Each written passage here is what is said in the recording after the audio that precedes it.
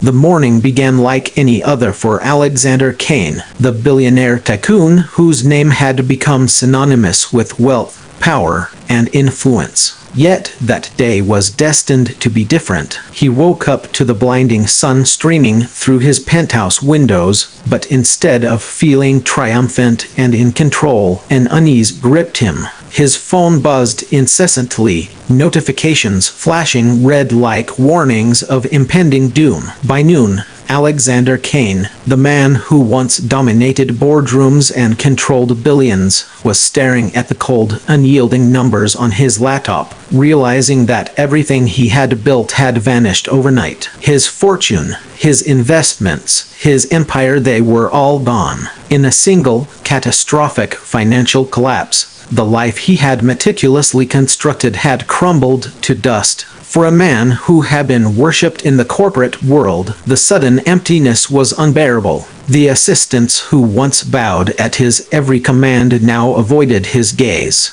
News outlets had picked up the story, and by the evening, Alexander was a cautionary tale, a headline screaming "Billionaire Kane loses everything in unprecedented collapse." It felt unreal. Months, years of effort, sleepless nights, and relentless ambition all erased in the blink of an eye. The world outside his glass tower continued its ceaseless hum, indifferent to his despair. For the first time in decades, Alexander Kane felt small, vulnerable, and utterly alone. If you believe in kindness, in second chances, or that a single act can change the course of a life, please pause for a moment and hit like, share this story, comment your thoughts, and subscribe. The next morning, Alexander wandered through his once magnificent office, now stripped of its grandeur. The plush leather chairs, the gleaming mahogany desks, the framed accolades lining the walls, none of it mattered anymore. He looked out over the city he had once ruled from above, a kingdom now beyond his reach, and wondered how everything had gone so wrong. Bankruptcy lawyers and financial analysts had reduced him to a man of mere paperwork and numbers. As he sat there in the silence, staring at the void, memories of his rise and fall collided in his mind. Every risky investment, every acquisition, every calculated gamble that once brought him exhilaration now seemed like a cruel irony. Alexander had always believed that money was power, that control was security, but now it was painfully clear how fragile it all was. Days passed in a blur of meetings he no longer had the authority to lead, phone calls he no longer had the leverage to answer, and sleepless nights haunted by the relentless echo of failure. Alexander's identity had been inseparably intertwined with wealth, and without it, he felt hollow, stripped down to nothing. He stopped answering calls, stopped replying to emails, and the isolation grew oppressive. Even the people he thought were loyal colleagues, friends, advisors were nowhere to be found. Those who had once sought to bask in his success were suddenly strangers in a world that had shifted overnight. It was during one of these aimless, desolate walks through the corridors of his corporate headquarters, now eerily quiet and nearly abandoned, that Alexander encountered someone he would have overlooked a year ago. A young janitor, barely 22, pushed a mop bucket along the empty hall, humming a tune so soft it barely carried through the high ceilings. The boy's uniform was simple, and his presence was humble, almost invisible. And yet, in that moment, there was a spark of humanity in his eyes that Alexander had long forgotten existed in the corporate world. There was no judgment there, no awe of his former wealth, just curiosity, and, somehow, understanding. Alexander barely noticed him at first. He was too consumed by his own failure, too wrapped up in the gnawing despair that had settled into his chest. But as he turned to leave, the janitor called out softly, "Sir, you forgot this one paper." Alexander paused. Confusion flickered across his face. The boy extended a folder, worn at the edges but neatly organized. Inside were documents Alexander had signed months ago during the frantic hours of the company's acquisitions, a small clause in one seemingly insignificant deal, a clause that had somehow been overlooked in the chaos of the collapse. Alexander's hands trembled as he realized the implications. This tiny paper, forgotten in the rush of bureaucracy, might just be the lifeline he desperately needed. The boy watched quietly, patiently, as Alexander flipped through the pages. Each line was a reminder that even in the darkest moments, small details could wield immense power. The clause, the overlooked contract, could reverse a portion of the losses and provide a chance, a sliver of hope to rebuild. It was as if fate itself had nudged Alexander back into the world, offering him a bridge over the chasm of despair. He looked at the janitor, a young man who had no stake in his wealth or status, and felt a surge of gratitude so profound it left him speechless. In that moment, Alexander realized something he had long ignored. Power was fleeting, money was volatile, but kindness genuine. Selfless kindness was immeasurable. Over the next few weeks, Alexander worked tirelessly to leverage the discovery. Every decision, every call, every meeting he now approached with humility and caution. The world had a way of humbling even the mightiest, but it also had a way of rewarding persistence, insight, and the quiet guidance of unexpected allies. The janitor, whose name was Lucas, became an unlikely friend, offering perspective Alexander had long been blind to. Lucas had faced hardships of his own, worked tirelessly to support his family, and yet approached life with a quiet optimism that Alexander found both shocking and inspiring.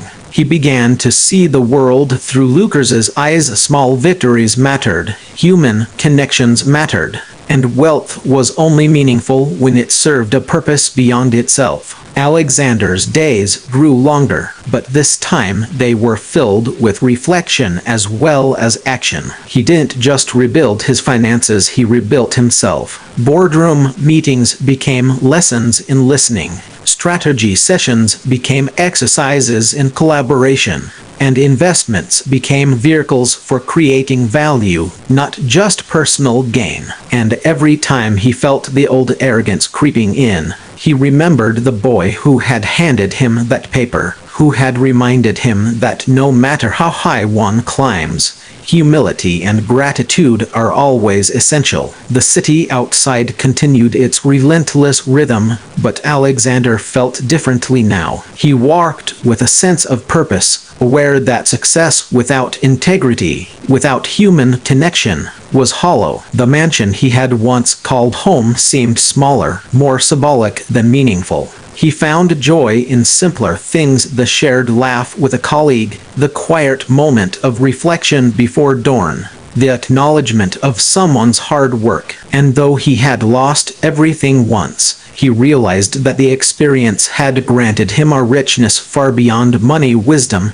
empathy, and a renewed understanding of what truly matters. Months later, Alexander hosted a modest gathering, not in a towering skyscraper, but in a community center where he could connect with ordinary people who had extraordinary stories. Lucas was there, smiling, and Alexander took a moment to publicly acknowledge him, to thank him for saving more than just a company. He had saved Alexander's perspective, his humility, and his chance at redemption. The audience was moved, and for the first time, Alexander felt the kind of pride that isn't measured in dollars or stock portfolios, but in lives touched, lessons learned, and hearts changed. As he stepped outside into the evening air, the city lights shimmering around him, Alexander reflected on the journey. He had been broken, stripped bare, and confronted with his own fragility. Yet through one small act of kindness, through the observant eyes of someone who asked for nothing in return, he had been given a second chance, not just at his fortune, but at life itself. He understood, now more than ever, that success without compassion is a hollow victory, and that the most powerful legacies are those that lift others, not just oneself. Before we continue to the close, I want to ask you if this story has touched your heart, if it has reminded you of the power of kindness, second chances, or the difference one person can make. Please take a moment to like, comment, and share this video. Let others feel this message, and tell me in the comments what small act of kindness has ever changed your life. Alexander Cain's journey wasn't just about money regained. It was about humility rediscovered, relationships rebuilt, and a life transformed by the recognition that even the smallest gestures, the briefest acts of attention, can alter destinies.